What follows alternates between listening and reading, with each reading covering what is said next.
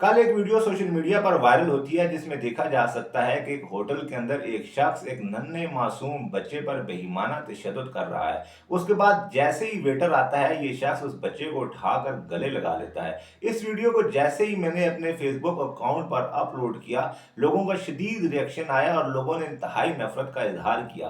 पहली बार मुझे भी ये लगा कि काश ये सारा मामला सीसीडी के पास जाए और इस बदबख्त शख्स को इसकी कड़ी से कड़ी सजा दी जाए। आज जो तफसीलात सामने आई हैं वो निहायत ही अफसोसनाक हैं। वाक़या के मुताबिक समरीन गुल नामी खातून ने क्लोर कोर्ट थाने में ये दरख्वास्त दी कि उसकी शादी मोहम्मद सजाद के साथ रमज़ान के महीने में हुई। इससे पहले उसकी शादी शाज़ेब नामी शख्स के साथ हुई जो कि डेरा गाजी खान के रहने वाला था, जिससे उसकी तलाक होगी। गुर्बत से तंग आकर उसने सजाद नामी शख्स के साथ शादी कर ली। सजाद उससे बार बार ये मुतालबा करता था कि इस बच्चे को अपने साबका खामन के पास छोड़ो, मगर मैं एक माँ होने के नाते अपने 3 साल के बच्चे को अपनी आंखों से दूर नहीं करना चाहती थी। गुज़श्ता रोज सजाद ने ये कहा कि वह इस बच्चे को खाना खिलाने के लिए बाहर लेकर जा रहा है। जब वापस आया तो बच्चे की हालत इंतहाई तशवीशनाक थी और उसने आकर ये कहा, ये बच्चा मस्जिद की सीढ़ियों से गिर गया है और मैं इसके लिए दवाई लेकर आता हूँ। उसके बाद सुबह के वक्त ये वीडियो मुझे मौसूल होती है तो मैंने थाने में दरख्वास्त देने का कहा तो मोहम्मद सज्जाद ने मेरी मिन्नत समारत शुरू कर दी, मगर मैं ना मानी। मैंने अपने साबका शोहर शाहजेब और अपनी वालदा को भी बुला लिया और दरख्वास्त में ये दर्ज करवाया कि मेरे बेटे को कत्ल करने की नीयत से मोहम्मद सज्जाद ने इक़दाम किया। इस वाक़े के बाद पुलिस एक्शन में आ गई, क्योंकि ये वाक़या था ही ऐसा कि जिसने ये वीडियो देखी उसका दिल यही चाह